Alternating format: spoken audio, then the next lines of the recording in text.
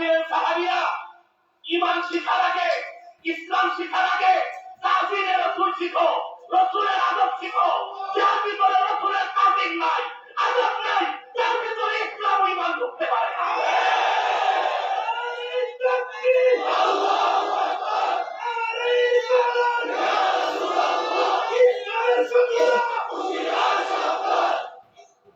আল্লাহ কবুল করুন, আল্লাহ মঞ্জুর করুন।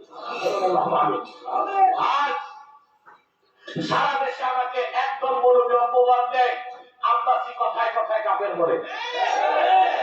আব্বাসী মুসলমানকে কাফের বলে না। যারা আল্লাহর শানে বেয়াদবি করে, নূর নবী মুহাম্মদ সাল্লাল্লাহু আলাইহি ওয়াসাল্লামের আরশ চুম্বি মর্যাদাকর শানের বিরুদ্ধে কথা বলে, আম্মা জানদের শানে বেয়াদবি করে, খোলাফায়ে রাশিদিনকে মাতাল বলে, মাতখোর বলে, তাদেরকে আব্বাসী কুফরের তিন নিক্ষেপ করে।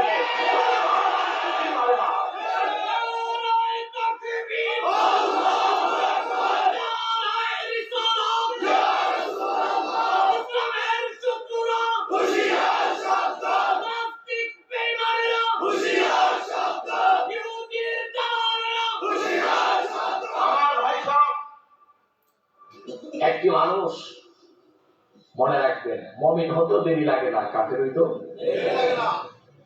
কুফরি শব্দ উচ্চারণ করলে কাফের হয়ে যাবে। এই ব্যাপারে ইমাম বুখারী একটা বাব কায়েম করছেন, বুখারী কিতাবুল ঈমান, বাব কুফরানিল আশির ওয়া কুফরিন দুনা কুফর। এই মুহাদ্দিসরা জানেন, শেখুল হাদিসরা তারজামাতুল বাব আছে। এর ব্যাখ্যায় তারজামাতুল বাবের আলোচনায় বদরুদ্দিন আইনি লিখেছেন, ওয়াকাল আল জামহুর ইন্নাল ইনসানা ইউকাফফারু বিকালিমাতিল কুফরি আও বিল ফাইলিল মুওয়াজ্জাহ ওয়া ইন লাম ইয়ালাম আন্নাহু কুফরুন। জামহুর উলামা একমত, কোন ব্যক্তির দ্বারা যদি কুফরি কথা বের হয় বা কুফরি কাজ প্রকাশ পায়, ইউকাফফার কাফারা ইউকাফফিরু তাকফির বাবে তাকফির থেকে এর অর্থ তাকে কাফের বলা হবে, কাফের বানানো হবে। যদি কারো দ্বারা কুফরি কথা বের হয়, কুফরি কাজ হয়। ওয়া ইন লাম ইয়ালাম আন্নাহু কুফরুন, যদি ব্যক্তি নাও জানে কথাটা কুফরি, কাজটা কুফরি। এখন বলেন, রাসূলের শানে বেয়াদবি করে ঈমান থাকবে না? ফতোয়া আলমগীরকে এসেছে, আমি সব কথা দ্রুত বলে দিচ্ছি, যেটি ঈমানের কথা বলতেছি, ঈমানের সাথে রিলেটেড কথাগুলো বলে দিচ্ছি।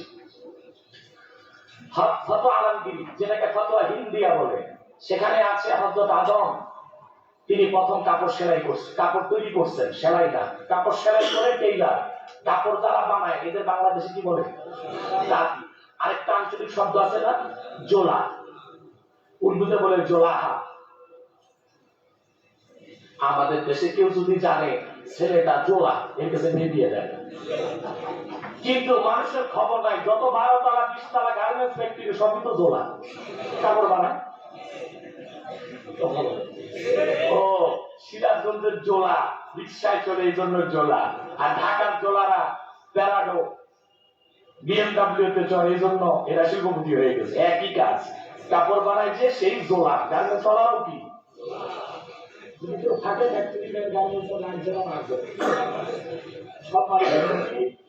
যে কথা বলছিলাম, আদম আলাইহিস সালাম প্রথম কাপড় তৈরি করছে।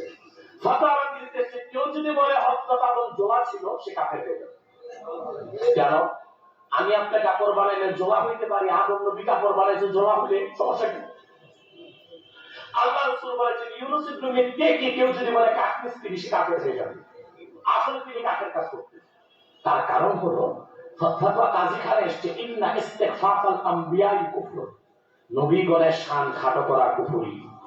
হযরত আদমকে জোলা বললে শান খাটো হয়, ইউনূস নবীকে কাঠ মিস্ত্রি বললে শান খাটো হয়। কথা বলেন। এখন কেউ যদি আল্লাহর শানে বলে আবেহালা, আল্লাহর শান খাটো হয় না?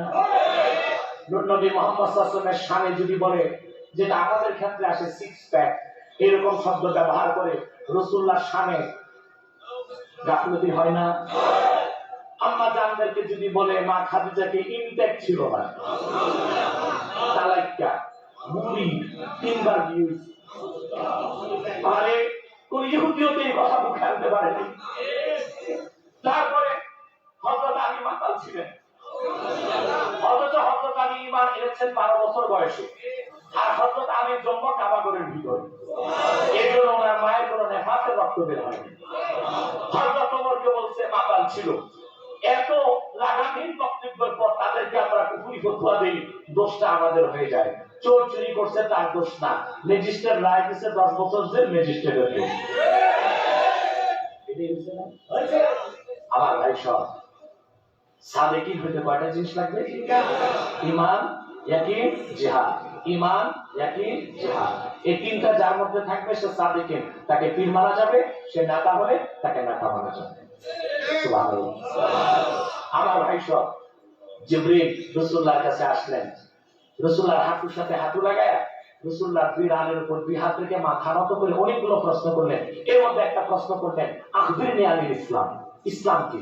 রাসূলুল্লাহ বললেন, আন তাশহাদু আন লা ইলাহা ইল্লাল্লাহ ওয়া আন্না মুহাম্মাদার রাসূলুল্লাহ ওয়া তুকিমাস সালাত ওয়া তুতিয়াজ যাকাত ওয়া তাসুমা রমাদান ওয়া তাহুজ্জাল বাইতা ইন ইসতাতা'তা ইলাইহি সাবিলা।